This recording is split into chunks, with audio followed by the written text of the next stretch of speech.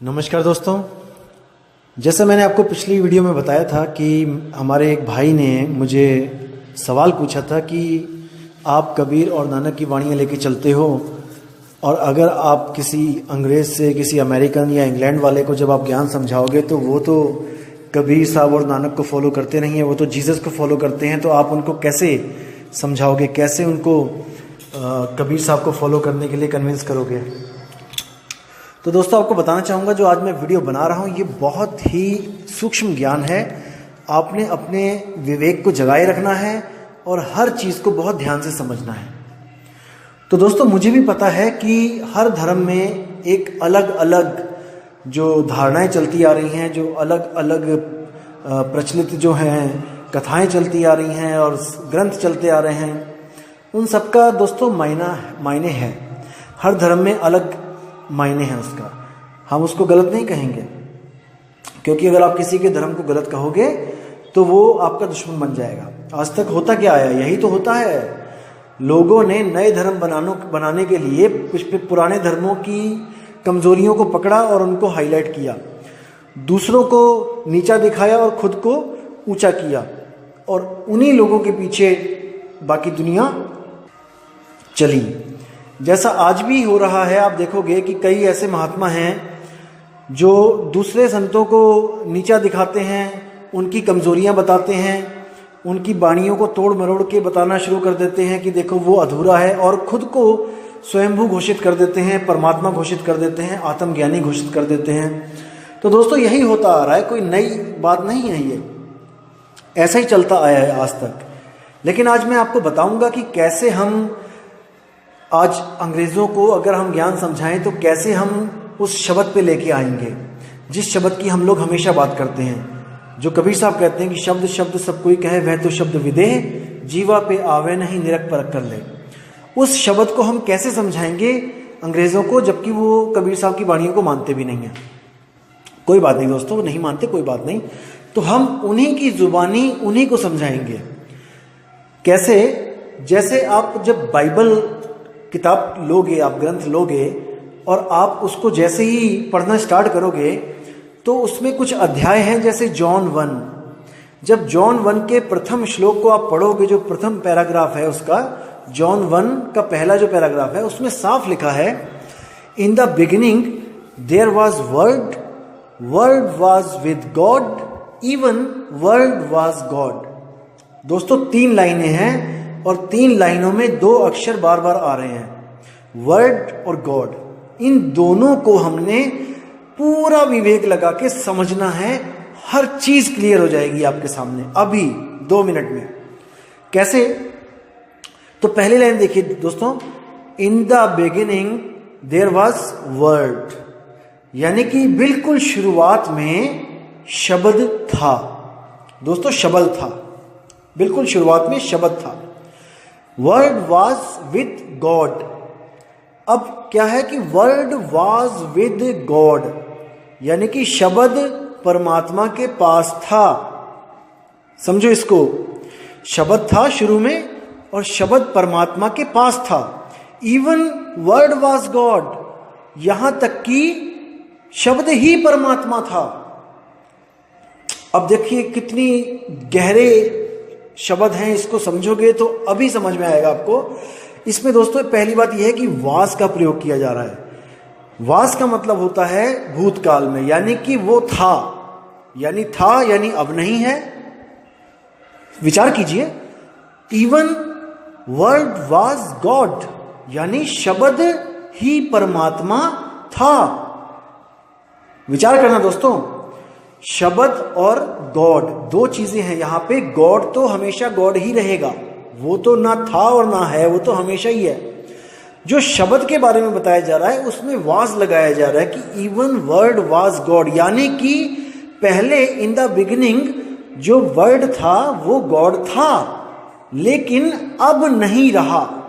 Even word was God, यानी कि यहां तक कि शब्द परमात्मा था, अब था यानी अब नहीं है। अब इन दोनों को ध्यान से समझना है कि ये दोनों क्या चीज है।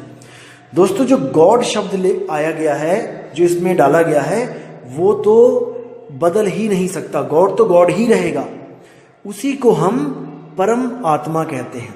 इन दोनों में कोई फर्क नहीं है, क्योंकि वाणी कह रही है कि in the beginning there was word, word was with God and word was God. यानी कि शुरू में ही शब्द और गॉड दोनों थे। शब्द गॉड के पास था और शब्द ही गॉड था, यानी कि शब्द अब गॉड नहीं रहा। इसका मतलब साफ है दोस्तों कि आत्मा शुरू में थी, आत्मा परमात्मा के पास थी, यहां तक कि आत्मा ही परमात्मा थी। अगर आप इसको वर्ड को आत्मा लेके चलोगे तो आपको हर चीज क्लियर हो जाएगी। जो वर्ड है वो शब्द है, शब्द ही आत्मा है, शब्द ही आत्मा है। शब्द की ही श्रुति उससे अलग हो गई है, इसलिए श्रुति भटक रही है। और जैसे ही श्रुति को हम शब्द में लगाएंगे तो दोबारा से हम परमात्मा हो जाएंगे। दोस्तों, परमात्मा और आत्मा में केवल एक शब्द का फर्क है, वो है परम।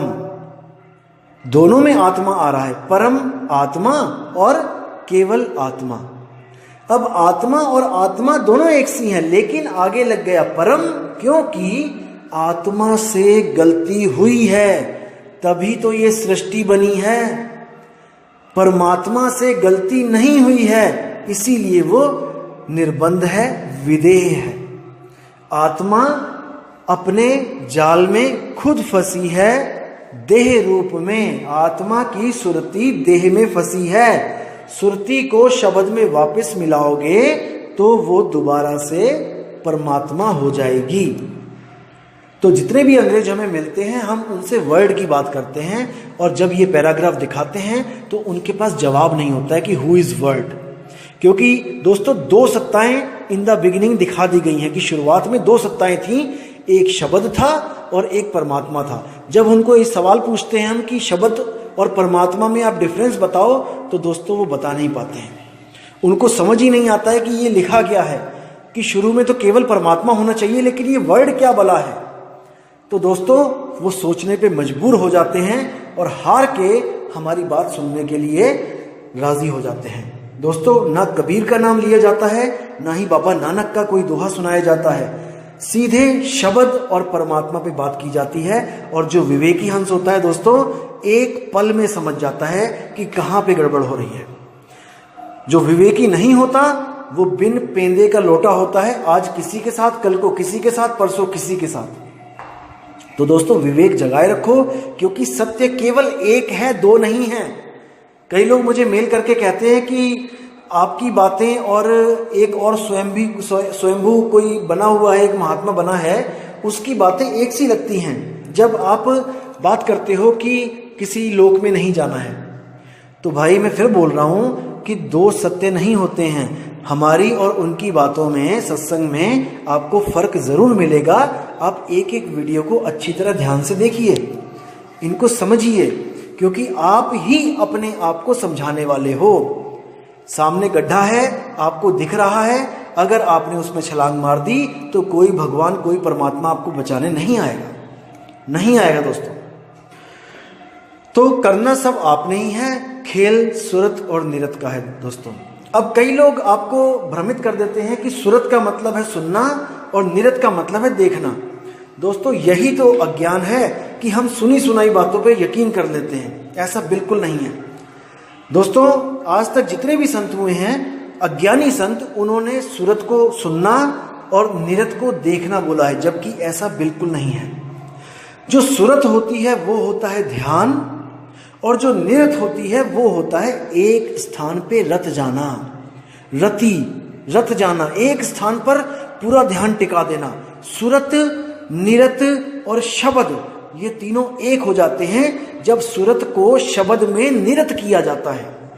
यानी कि सुरत को शब्द में एक ही जगह पर ध्यान लगाया जाता है तो वो शब्द के साथ एकाकार हो जाता है। सुरत, निरत और शब्द, ये तीनों ही एक हो जाते हैं। आप सोचोगे कि ऐसा कैसे हो सकता है, तो कोई बड़ी बात नहीं दोस्तों, आप गूगल लीजिए, उसमें डिक्शनरी चाहे तो डाउनलोड कर लीजिए, या फिर आप वैसे ही लिख लीजिए कि निरति का अर्थ इन हिंदी। निरति संस्कृत भाषा का शब्द है, आप बस ये लिखिए, टाइप करिए और आपके सामने जो आ जाएगा आप उसको देखिए और समझिए। जो आपको मूर्ख बना रहे हैं उनसे बच के रहिए। और दोस्तों एक बात और बताता हूं, जो अक्षर है वो आत्मा है, वो मन नहीं है। आप गूगल पे टाइप कीजिए अक्षर मीनिंग इन हिंदी। दोस्तों आपके सामने दो तरह के अक्षर आएंगे। एक तो लिखा होगा कि अल्फाबेटिकल अक्षर, यानी काखा गा पाफा बा ABC जो भी अक्षर हैं ये, और दूसरा आएगा कि अक्षर यानी कि अविनाशी आत्मा या परमात्मा को याद करने का एक शब्द। दोस्तों यही वो चीजें हैं, दो अक्षर का भेद बताए।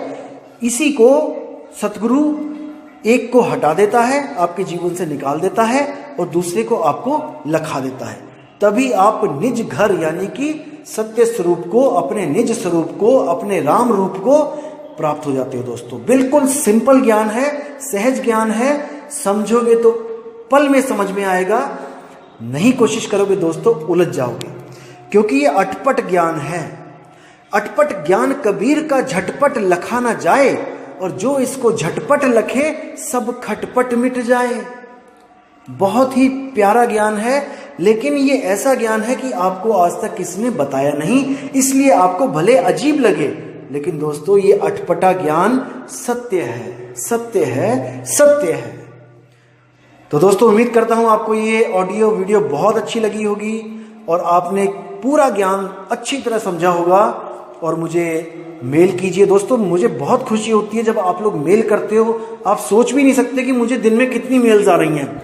और देखो कितनी प्यारी प्यारी आत्माएं, कितने जीव हंस तड़पे हुए हैं इस वक्त, सब कह रहे हैं मुझे फोन पे नाम दे दो, मुझे फोन पे नाम दे दो। दोस्तों ऐसा नहीं होता, दोस्तों ऐसा बिल्कुल नहीं होता। फोन पे नामदान कैसे होगा, आप खुद सोचो।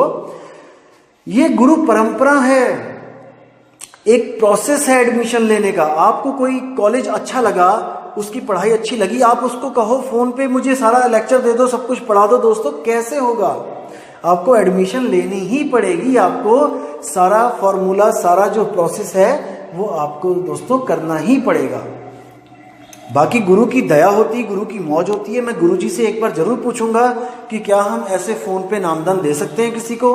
अगर उन्होंने हाँ कर दी तो कोई दिक्कत नहीं है, लेकिन गुरु की आज्ञा की अवहेलना हम लोग सोच भी नहीं सकते दोस्तों, ये करने की हम सोच भी नहीं सकते। जो गुरु ने कह दिया वो अटल है, क्योंकि गुरु को सिर पे राखिए चलिए आज्ञा माही, कहें कबीर ता दास को तीन लोक भय नाही।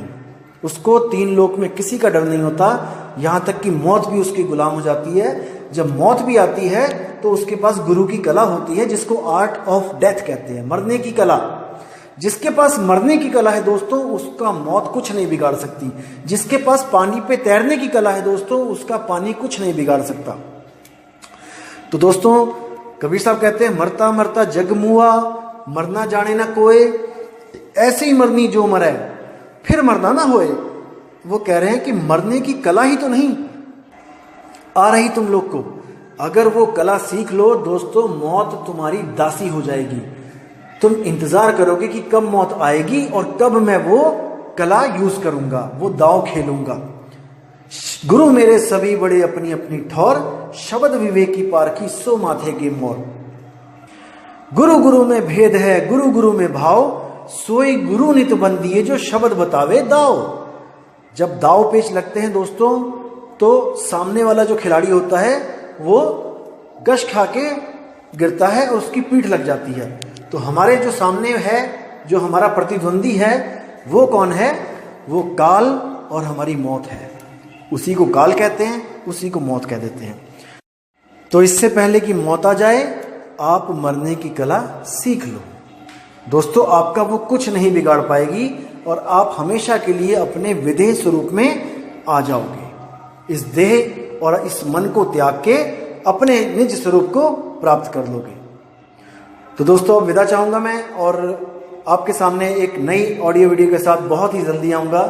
और आपको कुछ और भी मैंने वाणियाँ बतानी हैं जिसमें संतों ने आत्मज्ञान के बारे में खोल के बताया है।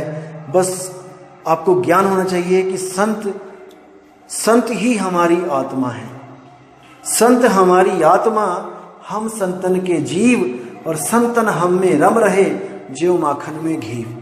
किसी भी संत के लिए, आज के संतों की बात नहीं कर रहा हूं मैं, बाबा नानक, कबीर साहब, रविदास जी, संत भीका, संत पलटू, मीराबाई और जितने भी ये हमारे भक्ति युग के जितने भी संत हुए हैं दोस्तों, ये सब आत्मज्ञानी संत थे। इनको कोई भी गलती से अधूरा ना समझे।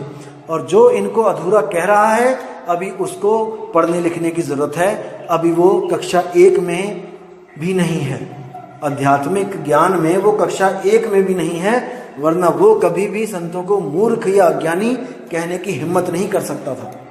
लेकिन छोटी बुद्धि होने के कारण उनकी वाणियों को वो समझ नहीं पाया और जल्दबाजी में उसने गलत स्टेप उठा लिया।